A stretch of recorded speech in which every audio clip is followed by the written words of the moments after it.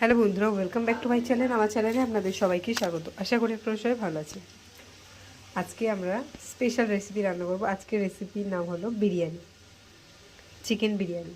তো চিকেন বিরিয়ানি আমরা কিভাবে করব সেই ভিডিওটাই আমি আপনাদের সাথে শেয়ার করব।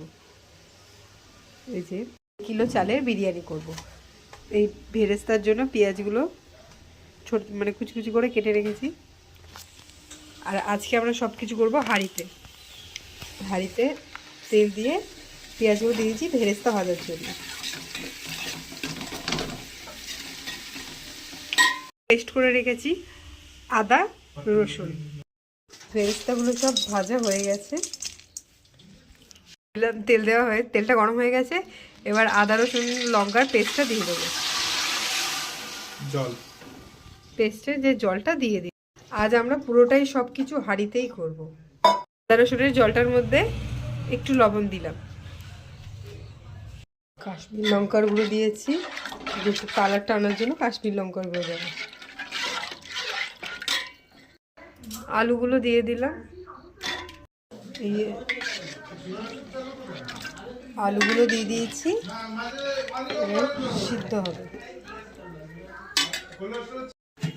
আলুটা এবার ঢেকে দিলাম। এবার দই দিয়ে দিলাম উপর দিয়ে,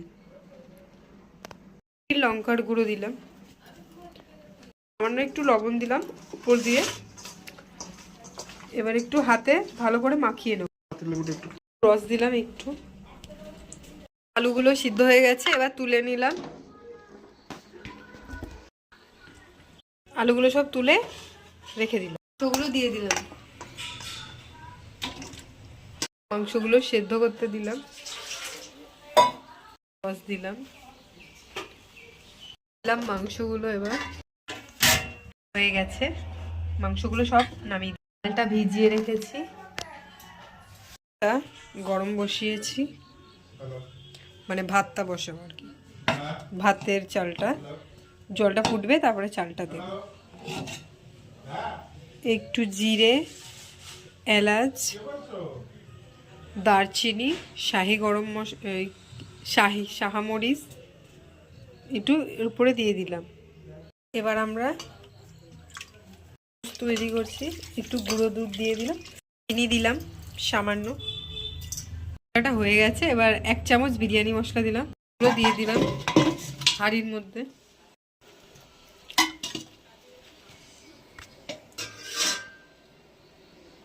আলুগুলো দিয়ে দিলাম।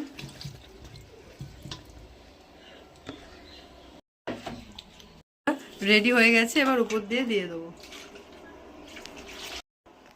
চালটা ফুটে গেছে, এবার আমি চালগুলো দিয়ে দেবো। দই দিয়ে দিলাম উপর দিয়ে ছিটিয়ে, উপর দিয়ে ভেরেস্তাগুলো ছিটিয়ে দিলাম। এই যে হয়ে যাচ্ছে।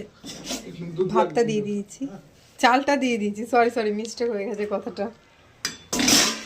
ভাতটা হয়ে গেছে, এই যে এবার নামিয়ে দেবো। মাংসগুলো দিয়ে দিলাম উপর দিয়ে সাজিয়ে। আলু আর ইয়েগুলো দেওয়া, মাংসটা দেওয়া আছে। এবার পেরেস্তাগুলো পুরো দিয়ে দিলাম, বিরিয়ানি মশলাটাও দিয়ে দিলাম, দিয়ে দইটাও দিয়ে দিলাম, এগুলো দিয়ে দিলাম। কেওড়া জল, গোলাপ জল, আতর দেওয়া আছে, আর দুধ দিয়েছি।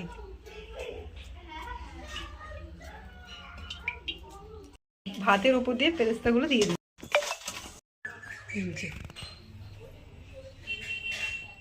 দিয়ে মশলাগুলো দিয়ে দিলাম। এটা হয়ে গেছে, এবার ঢাকনাটা খুলে দিলাম। এই যে খুব সুন্দর সেন্ট বেরোচ্ছে। কমপ্লিট।